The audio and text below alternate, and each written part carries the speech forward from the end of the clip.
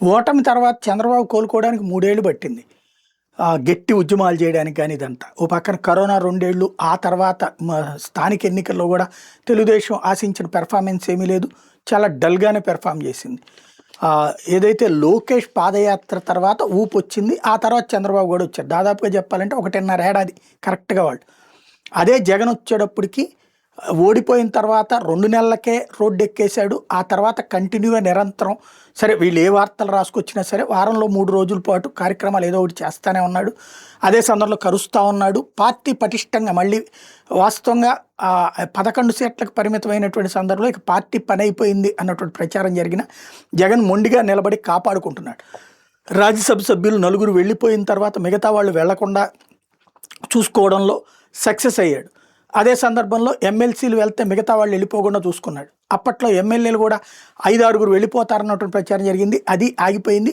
2 కారణాలు. ఒకటి, జగన్ మళ్ళీ పార్టీని స్ట్రాంగ్గా నడిపించుకెళ్తాడన్నటువంటి నమ్మకం రావడం.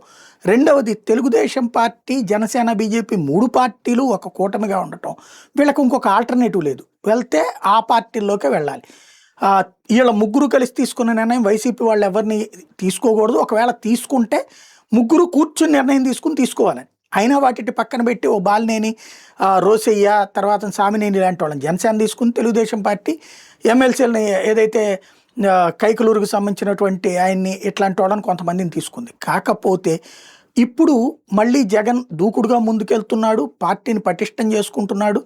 అదే సందర్భంలో రాబోయేటటువంటి రోజుల్లో అవసరమైనటువంటి ప్రణాళికలు చేసుకుంటున్నాడు. కాబట్టి ఎస్పెషల్లీ అమరావతి లాంటి వాటి మీదన జగన్ ప్రభావం పడుతుంది. రియల్ ఎస్టేట్ మీద జగన్ ప్రభావం పడుతుంది. కాబట్టి జగన్ ఇక లెగవడు అనేటటువంటి ఫీలింగ్ రావాలంటే నెంబర్ 1 అమరావతికి చట్టబద్ధత కల్పించడం. జగన్ చెప్పినా ఇక ఉండదు, రాజధాని అక్కడే ఉంటుంది, ఎవడేం చేయలేడు అనేటువంటి సంకేతం ఇవ్వడం ద్వారా దాన్ని కాపాడుకో. బట్ అయినా మిగతా రాష్ట్రం అంతా టెంపర్ ఉంటుంది అంటే ఉండదు. కాబట్టి పార్టీని చీలుస్తారా? ఎందుకంటే తాజాగా కిందసారి అట్లా చీల్చే ప్రయత్నం జరిగింది. అప్పట్లో 67 మంది ఎమ్మెల్యేలు గెలిస్తే 23 మందిని తీసుకుని అందులో 4 మంత్రి పదవులు కూడా ఇవ్వడం జరిగింది. కానీ జగన్ సెంట్రిక్గానే పార్టీ నడిచింది. కానీ వెళ్ళిపోయినటువంటి ఆదినారాయణ రెడ్డి వాళ్ళ సెంట్రిక్గా రావలేదు. చివరికి వాళ్ళు వెళ్ళిన వాళ్ళు కూడా మళ్ళీ తెలుగుదేశంలోకి వెళ్ళిన వాళ్ళు కూడా మళ్ళీ బీజేపీలోకి వెళ్ళి షెల్టర్ తీసుకున్న పరిస్థితి జగన్ గెలిచిన తర్వాత. ఇప్పుడు చూస్తే వైసీపీ ఎమ్మెల్యేలు అసెంబ్లీ హాజరు రిజిస్టర్లో సంతకాలు చేసిన అంశాన్ని అసెంబ్లీ నైతిక విలువల కమిటీ పరిశీలించి వెలుగులోకి తీసుకురావడంతో వాళ్ళ బూటకపు చర్యలు బయటపడ్డాయి. టీడీపీ పాలిట్ బ్యూరో సభ్యుడు యనమల రామకృష్ణ ఈ మాట చెప్తూ ఈ మేరకు గురువారం ప్రకటన విడుదల చేస్తూ అసెంబ్లీ కార్యకలాపాలు పూర్తిగా బహిష్కరిస్తున్న ప్రకటించారు. ఇదంతా చెప్తూ ఆ పార్టీలో అంతర్గత విభేదాలు ప్రతిబింబిస్తోంది. కాబట్టి వైసీపీ చీలికకు దారి తీయవచ్చు. ఇది క్యాజువల్గానే మాట్లాడి ఉండొచ్చు. కానీ ఓ ప్రయత్నం అయితే జరుగుతుంది ఇట్లాంటి పాయింట్ల ద్వారా.